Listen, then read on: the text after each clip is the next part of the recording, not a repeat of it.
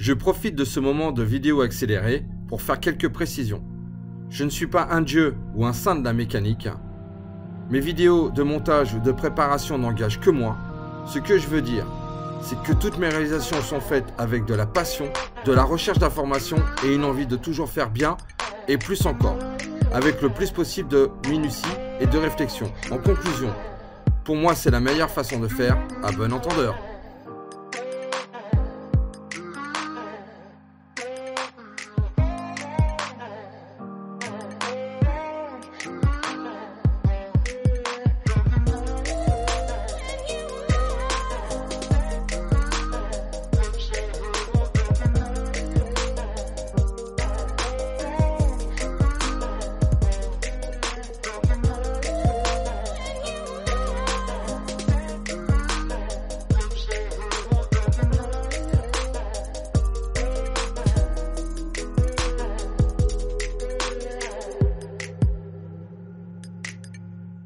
On est obligé de mettre de la graisse qui est fournie avec la marque ARP, donc c'est les vis, c'est la visserie du moteur. Et en fait c'est une graisse qu'on met aussi bien sur les rondelles quand elles vont sur la culasse ou sur le support.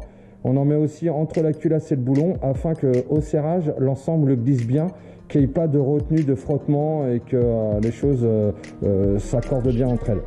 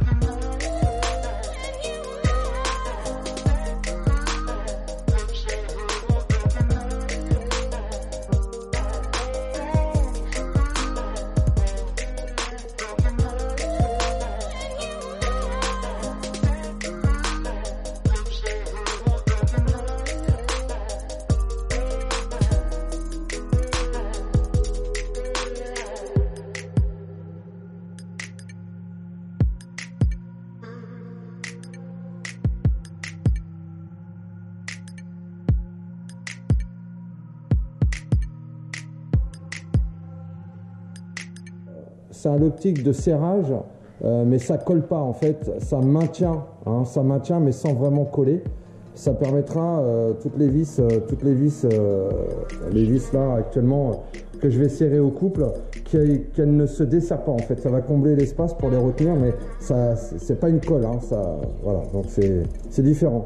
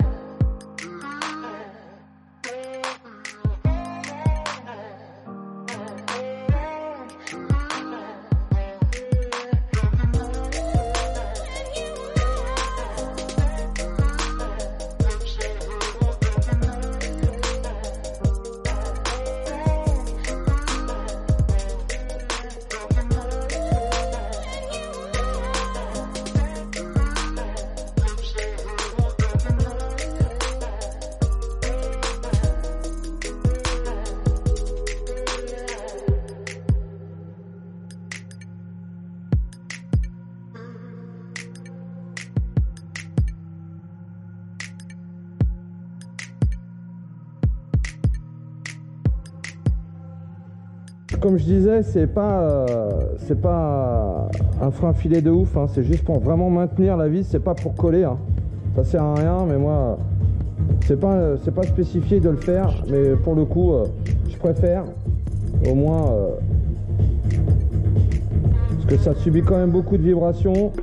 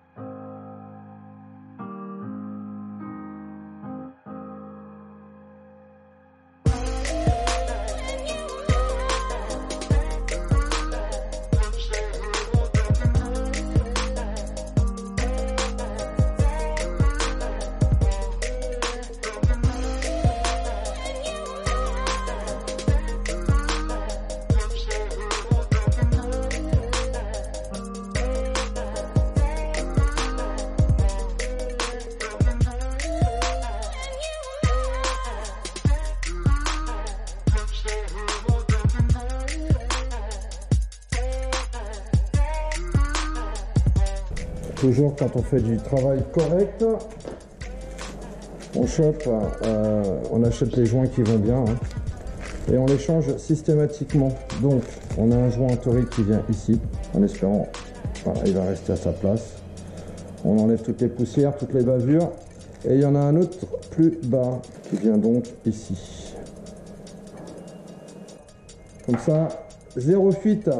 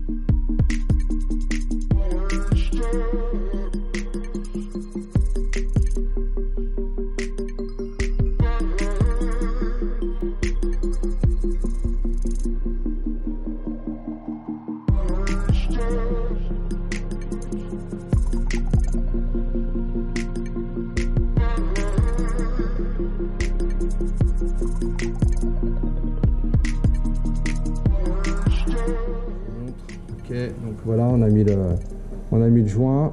Hein. On a mis le joint, les gens. Hop. Pour se guider, forcément, on va mettre les vis. Comme ça, on est sûr de tomber sur le truc. Hein.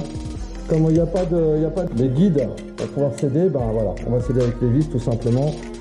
Hop, hop, hop. On serre un petit peu. Et ça, c'est du 8, ça.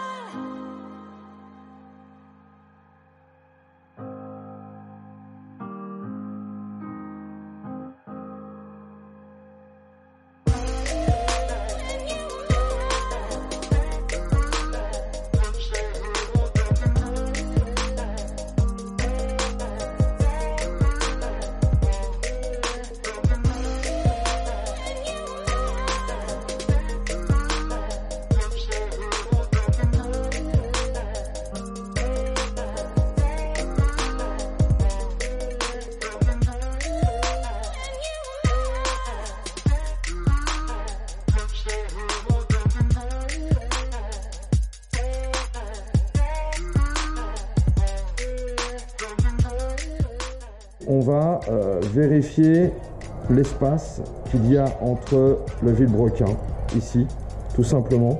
Il n'y a pas grand chose, mais il faut essayer de mettre le plus au milieu possible les choses. Donc on va prendre une cale, on avait déjà mesuré, nous on était à 30 quand la bielle était poussée d'un côté, donc normalement la moitié de 30, hein, c'est 15. Donc on va voir si le 15 y passe. Voilà, le 15 il passe là. Ici il passe. Est-ce qu'il passe de l'autre côté? Il passe de l'autre côté, sans problème. Donc celle-ci, il n'y a pas besoin d'y retoucher, ok? Mais ça ne va pas être le cas pour toutes. Alors ici, ça passe. De l'autre côté, ça passe aussi. Celle-ci, c'est bien. Ensuite, donc là ici on passe, et là aussi. Là on passe. Là aussi. On est bien. C'est l'étape importante pour pouvoir refermer le blas moteur parce qu'après on ne pourra plus y retoucher. Donc on le mettra en joint liquide. Par contre là je crois qu'il va y avoir un... Ah non, ça le fait. Donc là on est bon. Là aussi.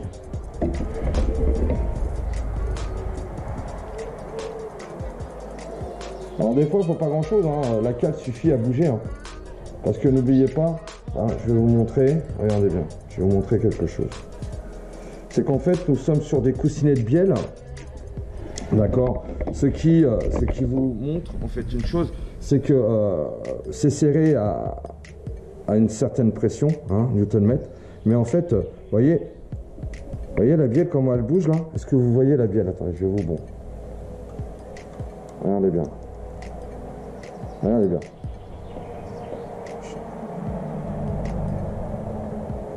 Vous voyez comment elle bouge? Elle bouge sur son axe. C'est normal. Parce que tous les équipements mobiles sur un moteur ne sont pas fixes, vu qu'on dit mobile. Et dans ce cas-là, on a un jeu possible. L'essentiel, c'est que quand ça fonctionne, ça se replace. Donc là, on est bien serré au niveau du couple. Il n'y a pas de problème, on est bon. Donc on va pouvoir refermer le bas moteur.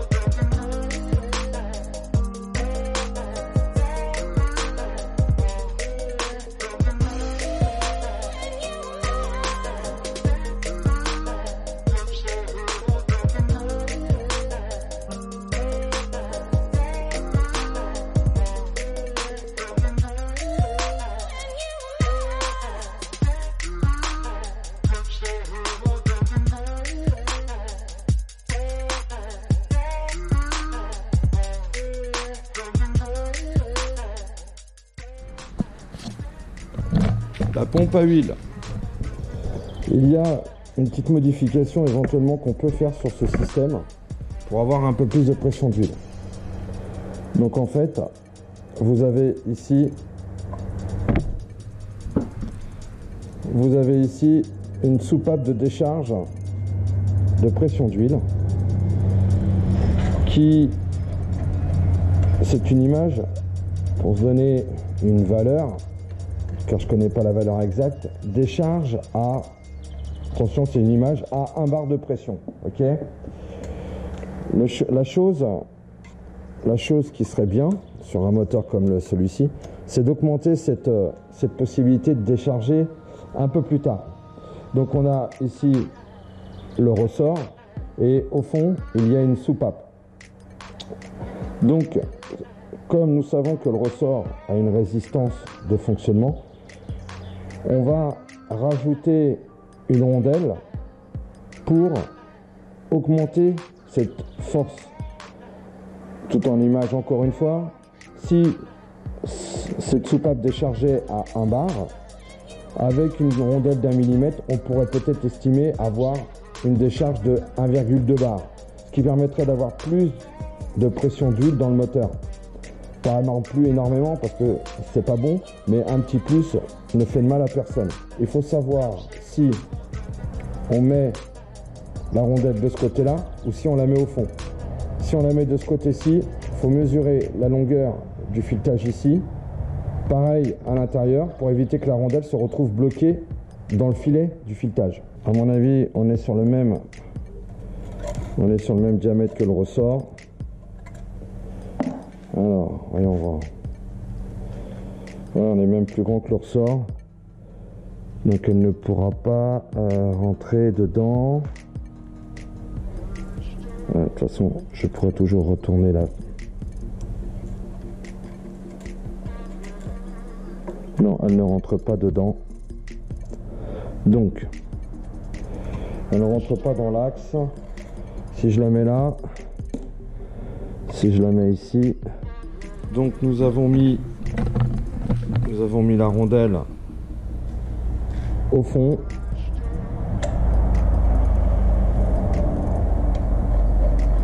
On met le boulon de base et on va le serrer au couple pour être sûr de ne pas avoir de problème.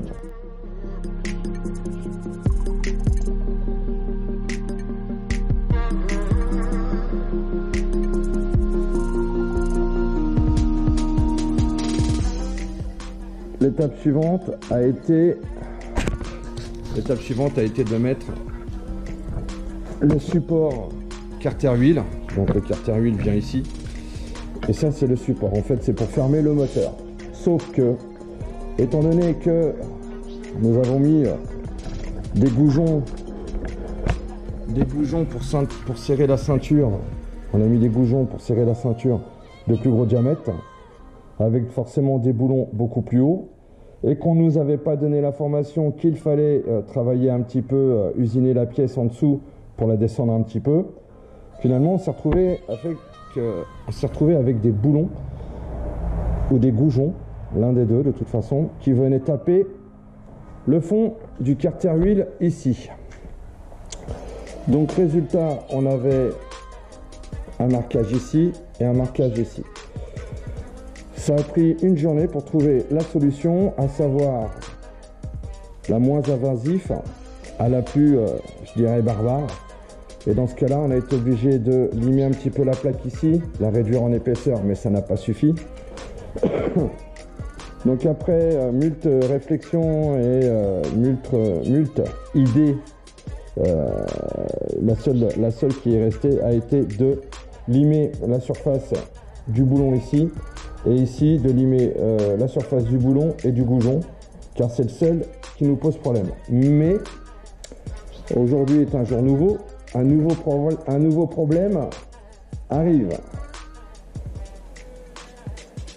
Alors si nous avons bien réglé donc le problème pour les goujons qui tapaient le carter de support de bac à huile, de carter d'huile, sauf qu'aujourd'hui un nouveau problème arrive que nous allons découvrir ensemble. Alors, le problème il est sympa aujourd'hui.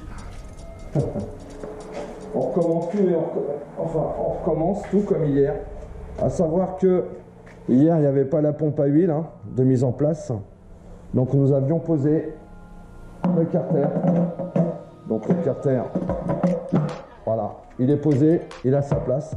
Sauf que ici, nous avons un jour. Sauf que ici, nous avons un jour de 2 bons millimètres qui bien sûr va nous poser problème. Alors le problème est... Donc dans l'histoire, on se retrouve avec un jour ici d'à peu près 2 mm à cause de... Encore une fois, à cause du goujon. Voilà. À cause du goujon ici qui vient taper sur la pompe à huile. Nous avons tenté de mettre le carter inférieur sur le bloc moteur, mais le problème c'est que la pompe à huile vient taper dessus. Donc on va modifier un petit peu en enlevant de la matière ici pour justement que la pompe à huile puisse passer sans modifier autre chose.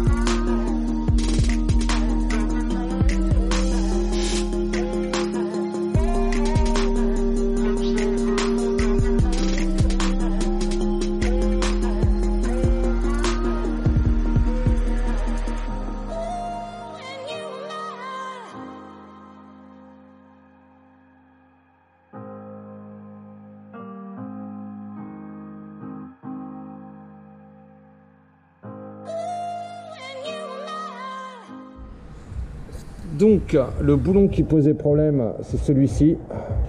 Après usinage de la pièce, on va essayer de voir ça.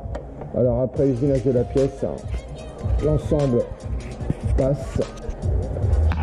L'ensemble passe sans problème. Et on a un jour ici de 0. Donc l'élément est bien placé. Ici aussi. Allez.